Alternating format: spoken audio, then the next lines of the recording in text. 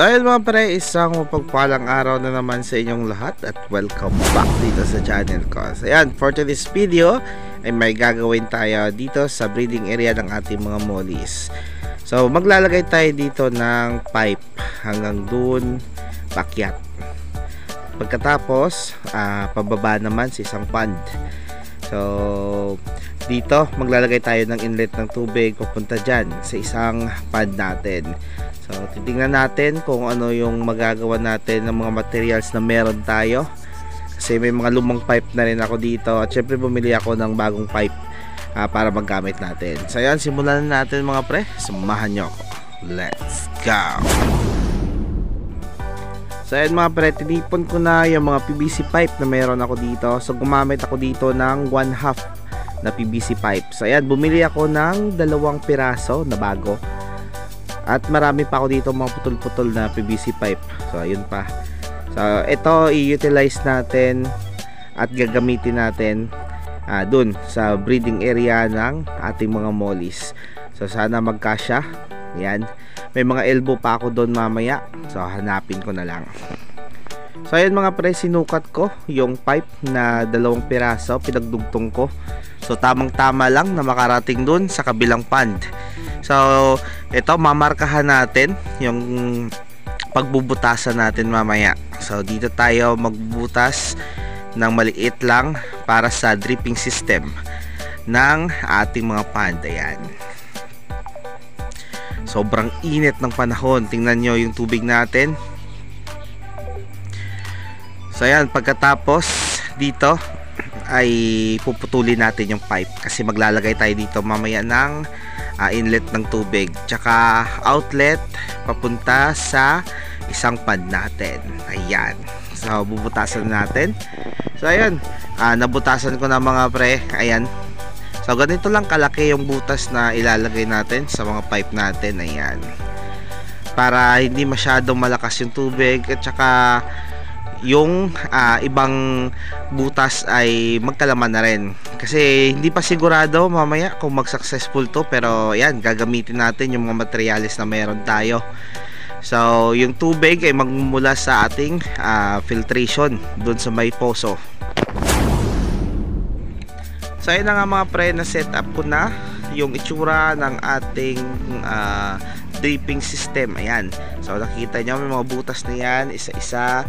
So pagkatapos dito, itong orange na to ay inlet ng tubig yan mula sa filtration bucket natin at syempre sa water system natin. Pagkatapos yung pipe na to ay papunta dito sa isang pond natin sa gilid. Ayan. So maglalagay lang ako mamaya dito ng end cap na may butas. So dito lalabas yung tubig. Ayan. So para hindi naman masyadong malakas. Pagkatapos ay aakyat yung tubig papunta doon. So itong portion na to medyo hindi ako sigurado kung kakayanin ng levelasyon ng ating filtration bucket. So tingnan natin. So ayan. Doon naman naglagay ako ng tawag doon ng close valve papunta sa mahabang pad natin. So titingnan natin kung kakayanin. So ayun mga pre, naglagay na ako ng end cap doon sa dulo na may butas dito at dito. So ayan, kompleto na yung setup natin dyan. Papasok yung tubig papunta doon, papunta doon, papunta doon at doon. Ayan na. So naglagay ako dito ng close valve. Ayan. Tama ba? Close valve yung tawag dito. So ito, yan. Para kung gusto kong magpatubig, so ayan, i-on natin.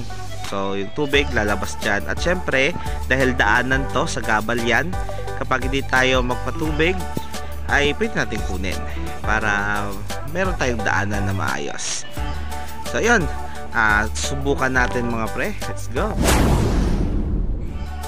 So ayun na nga mga pre, sinubukan natin at success. Oh my God! Wow! So dito, okay yung dripping system natin. So malakas yung tubig na lumalabas sa maliit na butas natin. Ayan. Yung problema nga lang, so dito okay, tinakpan ko na nga. Yung problema dun, di kayang akyatin kasi medyo mataas yung levelasyon ng pond na to kaysa sa filtration bucket natin na nasa poso, kaya medyo tagilid tayo dyan. Pero doon sa dulo ay medyo okay rin. So anyway, yung setup na to ay gagamitin natin sa flowing system natin, kaya sigurado kayang kaya ng flowing system natin yan dahil malakas yung flowing system natin dito tuwing tag-ulan. So okay, at least meron na tayong dripping system at hindi na ako mahihirapan magmanong-manong i-give ng tubig dito. So doon lang ako maglalagay ng tubig sa filtration bucket at lalabas dito sa ating mga pond. So malapit na yung tag-ulan at sana ay magamit na natin. So ayan, okay na. So tingnan nyo naman mga pre, yung tubig natin, grabe, sobrang init ng panahon. So grabe yung lumot ng tubig natin. So, yung bubbles na nakita nyo kanina ay bubbles yon ng mga algae. So dito okay na sila. So ito, pwede natin tong dagdagan para lumabas doon, pero konti na siguro yung laman ng bucket kaya hindi na lumalabas yung tubig. Pero success kahit papaano yung ginawa natin. So ayan, dahil okay na rin at syempre hapon na, so uwi na tayo. So dito ay wala munang tubig. So yung mga Platinum King balloon muli natin, ayan sila lumalabas, gutom na. So bago ako umulis ay papakainin muna natin sila para goods na goods. So ayan, maraming salamat mga pre sa patuloy na pagsuporta at panood ng mga video ko. At syempre, kung ikaw nanonood ngayon, huwag mo kang kalimutan mag-comment down below para malaman ko hanggang saan naabot yung video ko. So ayan mga pre, hanggang sa muli. Bye-bye!